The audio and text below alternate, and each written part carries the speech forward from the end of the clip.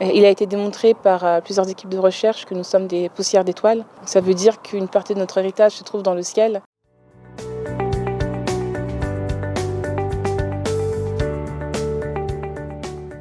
Je travaille pour l'entreprise française Spaceable sur les questions relatives à l'environnement spatial et à la préservation du ciel étoilé.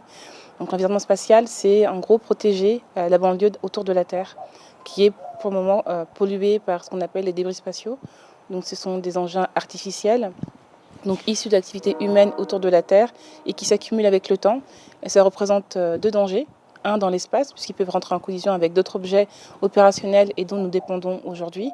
Et également, ils peuvent rentrer sur Terre et impacter, même si le risque est très faible, des zones habitées. Un débris spatial a une vitesse qui peut monter déjà jusqu'à 7 km par seconde, et voire plus.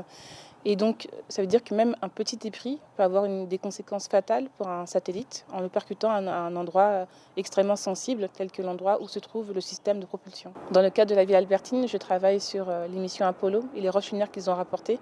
Donc au total, les missions Apollo se sont déroulées entre 69 et 72. C'est 380 kg à peu près de roches lunaires qui ont été rapportées. Et donc je retrace l'histoire de ces roches lunaires, ce qu'elles sont devenues aujourd'hui, le parcours qu'elles ont connu, et aussi un peu l'histoire des astronautes qui ont fait partie de ces missions incroyables. Cette villa me permet de faire pas mal de choses. La première, c'est que j'ai un parcours purement scientifique. Et là, je peux vraiment enrichir mon côté littéraire. Et l'autre côté, c'est qu'effectivement, par rapport aux missions Apollo, c'est surtout de la documentation que j'ai pu lire dans des bibliothèques, sur Internet, regarder des documentaires.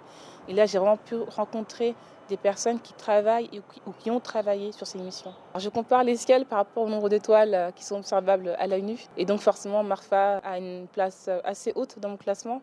Il a été démontré par plusieurs équipes de recherche que nous sommes des poussières d'étoiles. Ça veut dire qu'une partie de notre héritage se trouve dans le ciel. Et venir à Marfa, s'y reconnecter avec cet héritage et se rendre compte que des fois, on perd peut-être le focus sur nos vies quotidiennes.